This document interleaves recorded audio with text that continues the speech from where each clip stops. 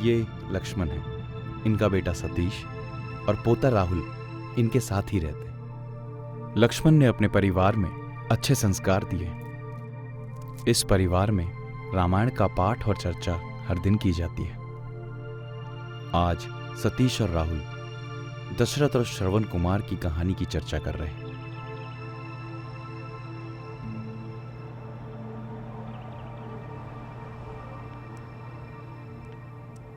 यह कहानी सुनकर राहुल के मन में श्रवण कुमार के बारे में जानने की उत्सुकता हुई।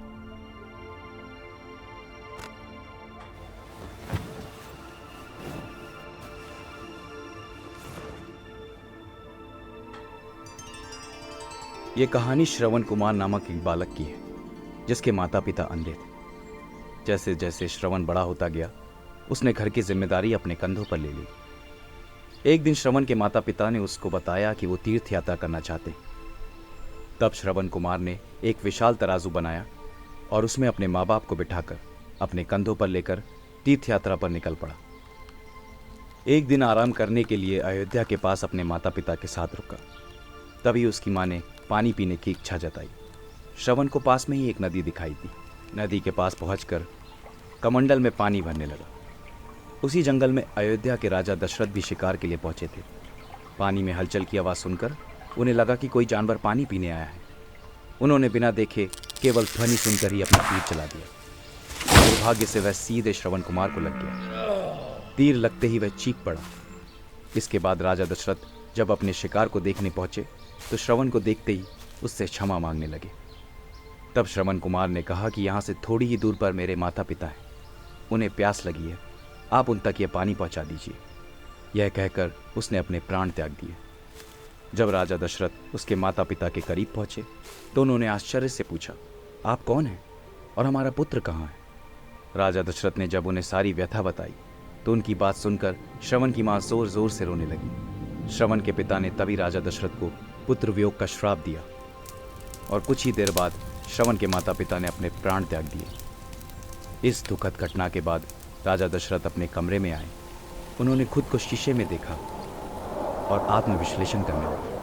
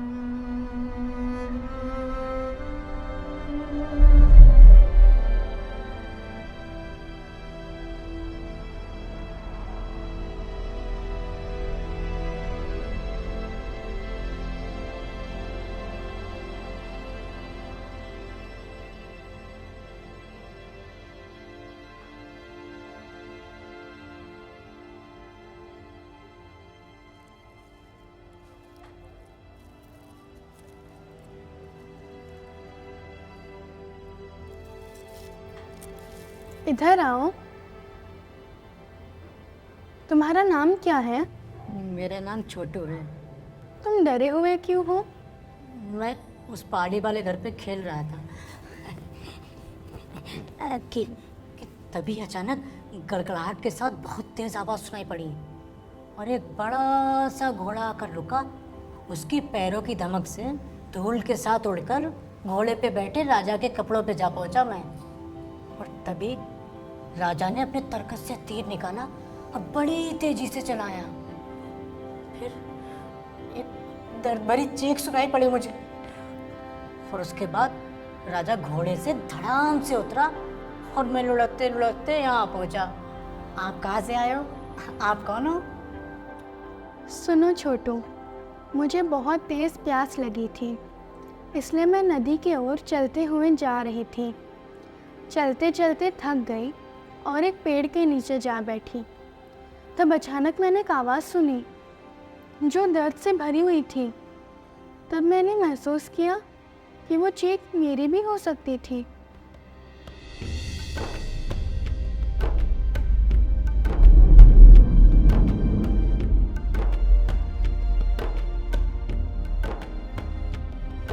आइए माँ, विराजिए। आपका स्थान आपके बाईं ओर है।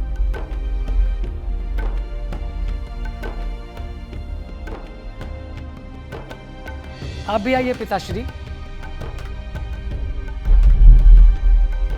आपका भी स्थान उसी ओर है। विराजिए।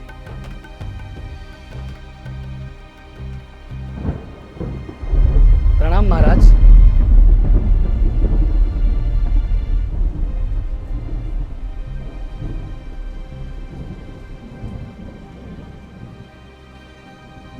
बोलिए। प्रणाम राजन। प्रणाम।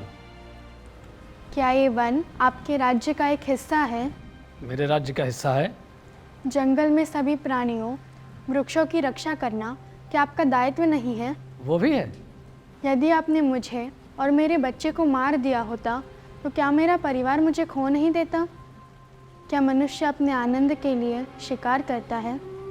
हम राजा लोग तो अपने मनोरंजन के लिए ये सब करते आए हैं, और ऐसा करने में तुम जैसे छोटे मोटे जो जीव हैं वो रहें या ना रहें, उससे कोई अंतर नहीं पड़ता। जंगल का राजा मात्र अपनी भूख मिटाने के लिए शिकार करता है, अपने आनंद के लिए नहीं। मैं तुम्हें आशीर्वाद देती हूँ राजन, और ये प्रार्थना करती हूँ कि आप अपनी समस्त सृष्टि को माता पिता की दृष्टि से देखें। ये समस्त चराचर आपकी संतान के समान है। एक योग्य राजा सृष्टि की वेदना का अनुभव करता है, अपने प्रजा की चिंता और सुरक्षा करता है, परंतु आपने ये सब न करते हुए अपना समय व्यर्थ नष्ट किया है। राजऋषि जनक अपने राज्यकाल के खाली समय में प्राणियों को भोजन खिलाते हैं और खेतों में जाके बीज बोते हैं। क्या आप उनका उदाहरण नहीं ले सकते? राज ऋषि जनक के जैसा बनने का मैं पूरा प्रयत्न करूंगा। हे राजन, मैं आपको क्षमा करती हूँ।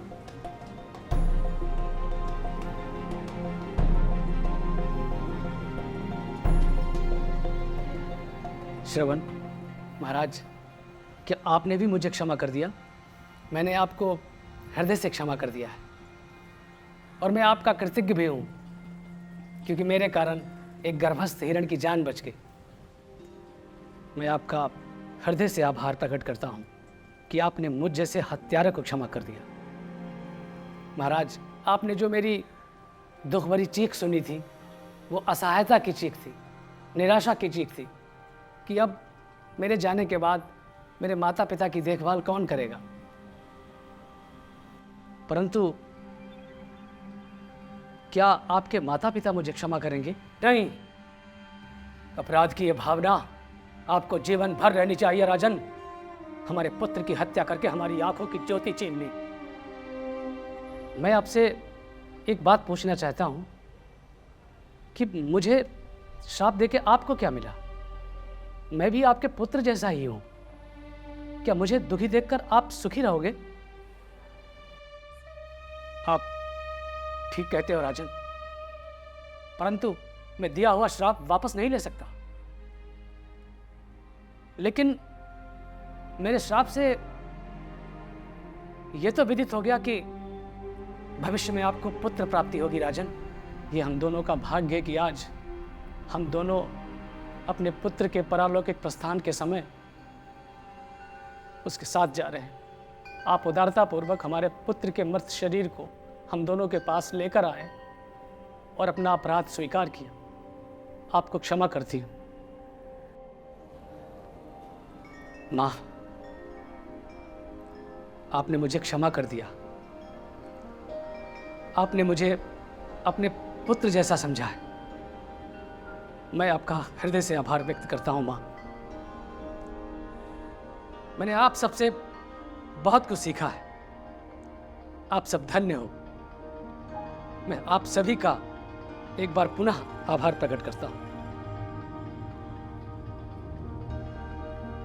राजा दशरथ ने अपने आप को श्रवण कुमार और उसके माता पिता के स्थान पर रखकर आत्मविश्लेषण किया।